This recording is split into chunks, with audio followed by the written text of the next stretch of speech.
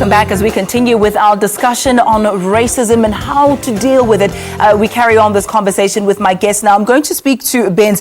Benz, you've just heard Phumzile Van Damme saying that racism appears everywhere, that, you know, there can be black people as well who have racial slurs against other people. My question to you is that some might say, you know what, we need to move on from this. We need to continue, that social cohesion, etc. But black people are now perpetuating reverse racism. In your opinion, can blacks be racist? Blacks can never be racist. We were never born racists. We were taught racism. And when DA says to us that racism exists everywhere, that is an indication of admission that there is racism in DA. So if there is racism in DA, don't attach your experience and what you believe in to other organizations. EFF has never been racist. We don't know what racism is.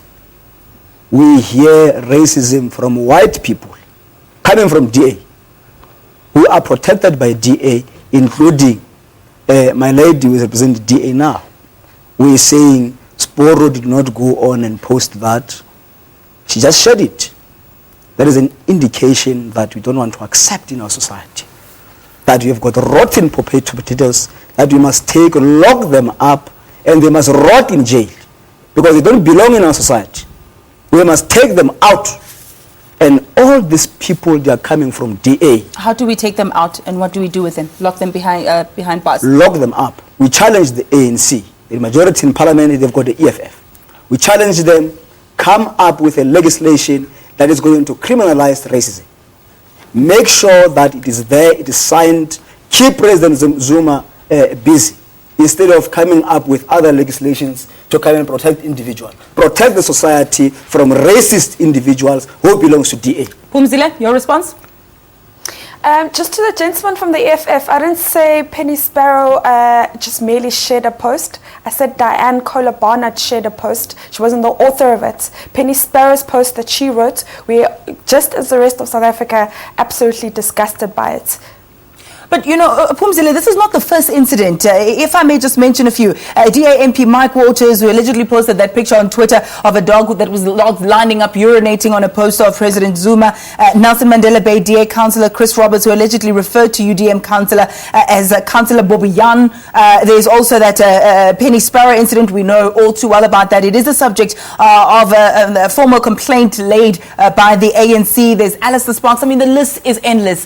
The DA is struggling to shake off that perception that should you be in power, we would see racism come to pass once again, and apartheid as well. What do you make of that, and can you really portray yourselves as a party that is for all South Africans? Those incidents you mentioned are three isolated incidents, and they're hardly representative of what the DA is. Those are three people in a party that has thousands of members and a party that has thousands of public representatives, the majority of who are not racist. My point is that unless we as a country stop pretending that racism only exists in specific places. It exists everywhere. It exists, and unless we can admit that and move forward, there's no way that we can move forward as a nation. Mlombi, I want you to come into the equation now. Is there political will among the party leaders, among government? I mean, I know I'm putting you in a position here because there must be a separation of party and state. But for the purposes of this discussion, is there that will to see something radically being done to stem this out? Well, firstly is that I would want to affirm that I'm firstly Mlondi Mkhize. Thank you, Mlondi, for that correction. Thank you. The second part is that, look, the Democratic Alliance, so far as we are concerned, is a nest of racism. We are told that the incidences that have been referred to are just a portion of what the DA representatives and DA members are. But maybe we must ask a question. When Helen Zille referred to the people of Eastern Cape as refugees, what did he mean? People of South Africa. People who don't need a passport to travel from a border of a province to another border of a province. Maxwell, or Max, an MEC of police, if I'm not mistaken, in Western Cape, says Helen Dila has got a racial attitude and racism against black people. He's a DA member, a DA leader, speaking to society about DA problems. Then we are told that we must believe from Phumzile that there is no racial challenges in DA. The reality of the matter is that DA is a nest of racism, and the sooner they accept it is the better for society and the rest of us. Now, I want to attend to my colleague on my right. Look, you can't attribute racism as a lack of legislation from the African National Congress and its government. And note, and its government. Now, why do I say that? Indeed, I will agree with him. Black people can never be racist. And I derive from this logic from a stalwart of the African National Congress, Mlondi Mkhize, whose soul rest in peace. He says that black people can never be racist on the basis that for any ism that exists, there needs to be a systematic domination of that ism over the other. In a form of capitalism, capitalism needs to be institutionalized to be superior to the working class. In a form of racism, that race that wants to dominate the other races need to be superior in administration, systematically, in the mindset over the other. Now, in South Africa, we don't need to debate that matter because we are coming from apartheid. And we know that white supremacy used to exist in South Africa. Now, having dealt with that aspect, we need to agree that the DA, in its appearance, form and content, represents nothing less than racial domination.